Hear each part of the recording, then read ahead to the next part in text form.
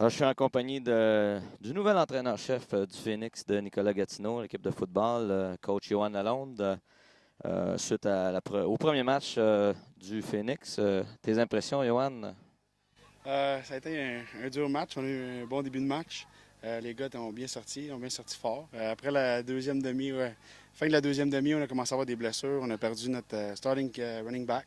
Puis ça a tombé avec le starting linebacker, puis ça a continué à débouler comme ça. Fait que disons que la fin de match ne reflète pas trop comment est-ce qu'on est arrivé au match. On était bien préparés. Je pense qu'on a quand même venu à bout des tenir. Là. À la fin, on avait huit remplaçants, dont le corps arrière. On a fait quand même bien pour ce qu'on pouvait. Là. Il en manque quelques petits ajustements, mais il nous reste 6 matchs. Fait que je pense que. Comme premier match, on peut dire que c'était l'hécatombe, hein. Les joueurs ils tombaient un après l'autre.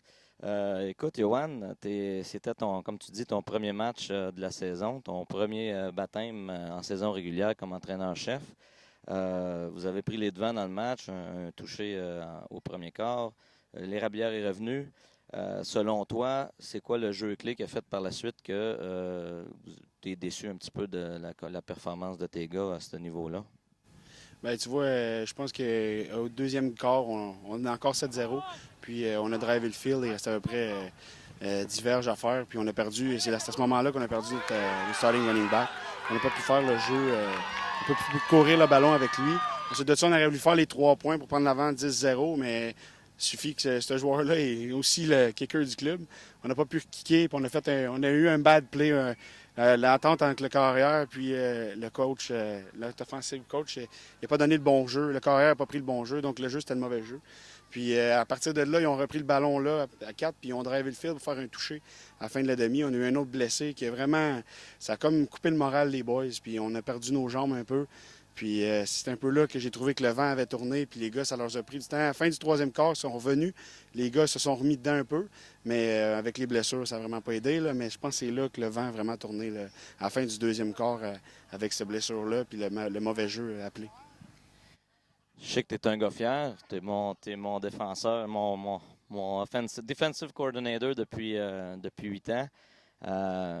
T'aimes pas ça quand ta défensive donne 39 points comme ça, surtout pas au premier match. Tu penses faire quoi pour les prochaines semaines?